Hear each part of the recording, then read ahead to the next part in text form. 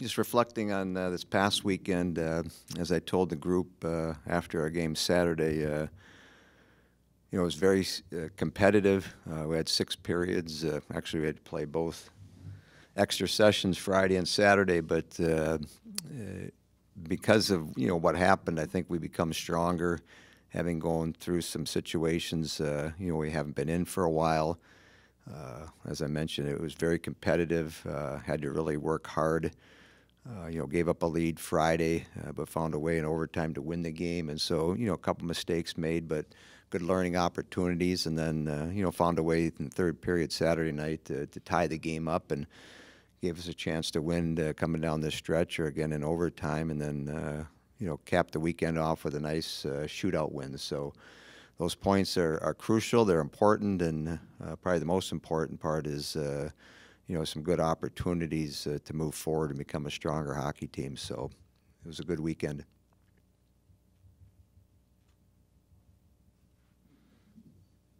What did you see from Caitlin Schneider over the weekend that maybe hadn't been there in the past, other than the fact she got a couple goals? Opportunity. She probably got more of an opportunity this weekend than in previous weekends or a lot of situations that we've been in. And so obviously with Presley not dressing and playing either game, it opened a spot, and she was able to score both nights.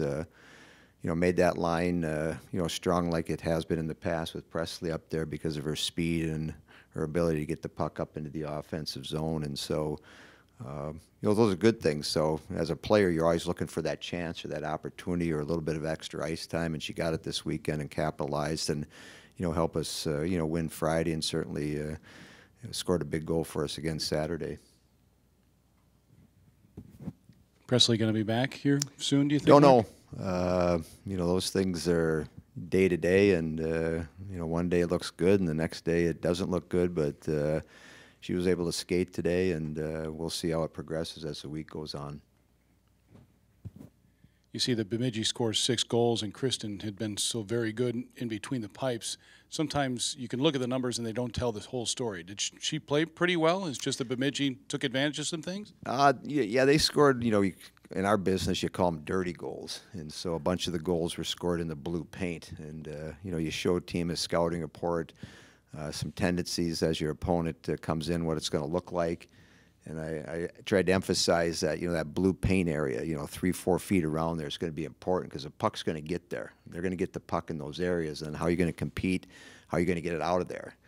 On Saturday, 2 of their goals were right in the blue paint and scrums, and 4 Badgers in there with our goalie and 4 Bemidji players, and it slides in.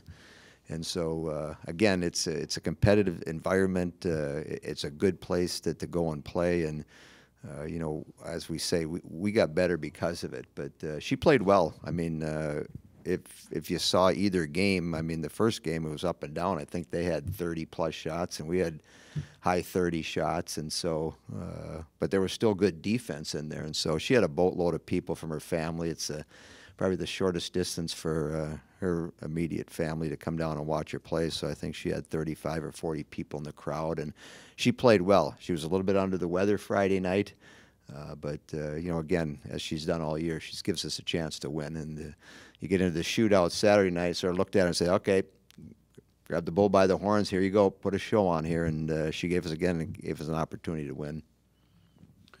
Was there anything in particular you would like to have seen your 5 skaters in front of her do in those scrums in the blue paint, or was there anything there? There's no particular things other than competing. And so there's the puck. How bad do you want the puck? And, do you have a strong stick? And are you willing to, do some things to get the puck out of that area? But, in our business, and again, we'll probably see it this weekend where, there's going to be, 2 or 3 St. Cloud players in that area. And so how do you get the puck there? And then how do you get the puck into the net? And so it becomes a very competitive situation. And, one thing Bemidji has done for many, many years is they compete. And so are you going to match that? Are you going to try to outdo it? And what are you going to do to defend that? And so a couple times they were able to get pucks by, our players competing for it, and then by the goaltender. One they had to review because I think Kristen had it on the tip of her skate, and I'm waiting for a whistle because there's so much congestion, but I can't see the puck from where I'm sitting. You know, and eventually it goes in, they review it, and they kept it a goal. So, but again, learning opportunities for our players. I think St. Cloud would be coming in here with a little juice after what they did outdoors against Minnesota Duluth. Yeah, they've, you know, you look at their 4 or 5 last games they've played, you know, they swept Mankato.